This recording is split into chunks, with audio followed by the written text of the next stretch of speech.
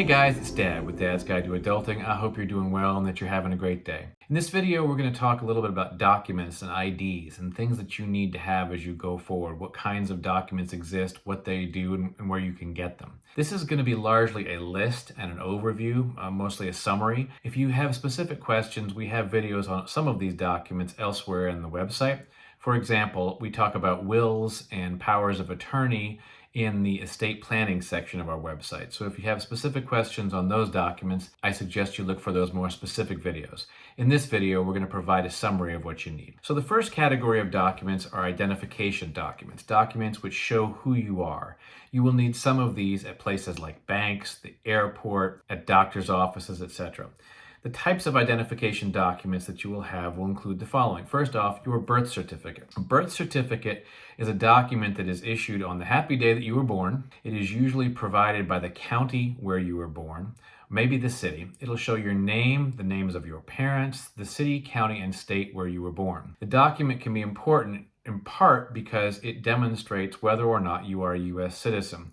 Under our Constitution, if you were born in the United States, then you are a U.S. citizen. Having a birth certificate with a United States location on it confirms that you are a U.S. citizen and entitled to all the benefits thereof. Having a birth certificate is also extremely helpful in getting a passport. It is not often that you are going to need a birth certificate as a practical matter, but if you don't already have one and need one, then you need to go get a certified copy from the county or state where you were born. A quick Google search for that county can help you find that. Oftentimes the office is called the Office of Vital Records, and that's where you can get your birth certificate. Keep in mind that only a certified birth certificate counts. If you were not born in the United States but have become a U.S. citizen, then you will need a certificate of U.S. citizenship or a certificate of naturalization. These things will help demonstrate that you are in fact now a United States citizen. The most common ID that most people use is their driver's license. The driver's license will be issued by the state where you live, where you have your car registered.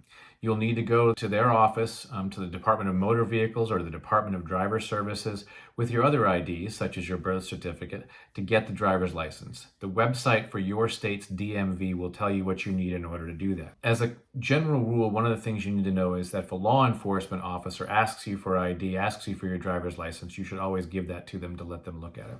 You can also get an identity card. If you don't drive or don't have a driver's license for some reason, most, if not all states now offer a separate identity card. It functions largely the same way as a driver's license, but it just means that you don't drive, but it identifies who you are. You may need that to vote if you don't have a driver's license. Passport.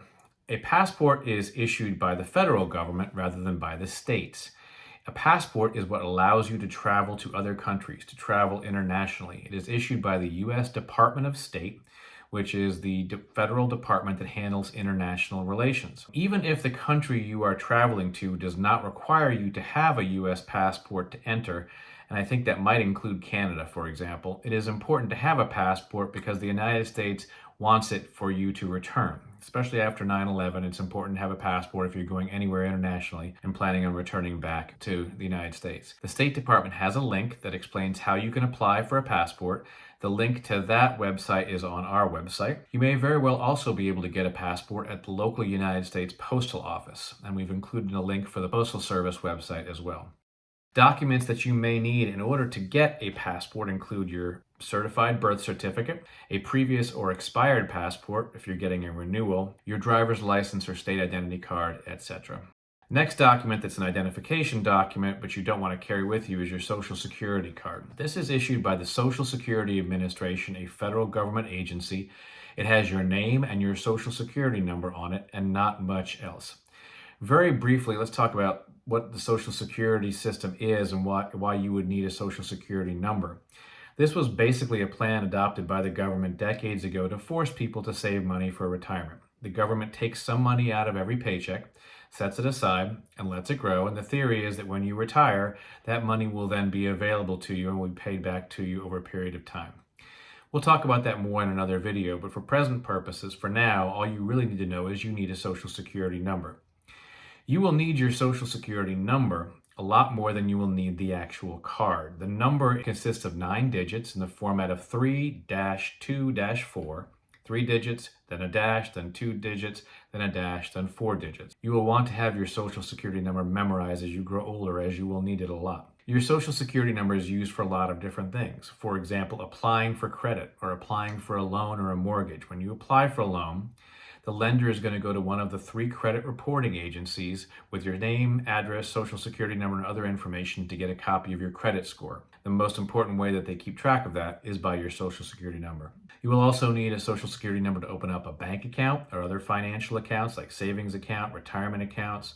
For filing your tax returns, it will be on your tax returns. You may need that for applications for jobs, for rental contracts, and various other things because they may very well also pull a copy of your credit report. When you get older, you're obviously going to need your social security number for retirement benefits from the social security system, assuming, of course, it hasn't gone bankrupt before then and there's still money left to pay all of y'all. We'll talk about that in another video. You also need your social security number for other government benefits, like when you apply for potentially food stamps or public assistance, that you need your number there. In the unlikely event that your parents didn't apply for a social security number for you when you were born and you need to get one, then you can go to the Social Security Administration website and they will explain to you how to get one. We've got a link for that website on ours. All right, let's talk a little bit about some of the other documents you will need to maintain. You will need to have estate planning documents. We talk about that in a separate video. That includes your wills, your powers of attorney, etc. If you have a health insurance card, you have a health insurance policy, it's a good idea to have a health insurance card and keep that in your wallet. It will have various information on it that you can then convey to the doctor's office, give them a copy of the card when you have doctor's appointments, and that helps make sure that the insurance company pays whatever they're obligated to pay for your medical visits and other health care. Ideally, you should also have copies of all your insurance policies. Your insurance policies would consist of auto insurance, homeowners insurance, rental insurance, health insurance. You're going to want to keep copies of all of those policies. If you are married, you're going to want to keep a copy of your marriage certificate. In the unhappy event that you've been divorced, you're going to want to keep a copy of your divorce certificate. Your primary doctor will probably have all your vaccination records, but it's a good idea to keep your medical records handy, so if in case you have future issues, you can remember what has happened in the past. Other important documents that you're going to want to keep include real estate records, like the deed to your home or your rental contract. You're also going to want to keep copies of your tax returns going back 7 years. The IRS can continue to audit your returns going back a period of time. 7 years is usually a good time to keep your tax returns. You will also have a voter registration card. A voter registration card is a good one to keep in your wallet. It can help you find where you're supposed to vote on election day. It tells you where you go to cast your ballot. You don't usually need your voter registration card in order to vote. It's just helpful to know where to go. All right. Now that we've listed those documents, what's the best practice for storing them? Where do you keep them? As we talk about in a separate video on preventing identity theft, it's a good idea to have a personal safe in your home or your apartment to which only you know the code. It should be big enough of a safe that a thief couldn't easily take it out of your house and carry it away. It should be fireproof and waterproof to protect your documents in case of fire and floods. You can also use a safe deposit box at a bank to store documents. It's a good idea to make photos or photocopies of all your important identification documents. That way, if you lose them or you are robbed, you've got an electronic and digital copy of them. You can keep copies of that on your computer only if it's password protected and encrypted, but that's not a good idea. I don't generally recommend keeping passwords on your computer. You can also keep them in an encrypted and password protected thumb drive or external hard drive. If your phone is secure with a password, you can keep some of those photographs on your phone, but that obviously is risky. If you lose your phone, somebody else could try to hack into it and get those passwords, so that's generally not a good idea. Ideally, you want to have the documents also in multiple locations. In case one of them is destroyed, you've got a backup somewhere else. On the flip side, don't have too many locations, because the more locations where the documents are stored and the information is located, the easier it would be for somebody to get a hold of it. If you want some more detail, there's a very good website that we've seen that provides information on storing documents and how to do it safely.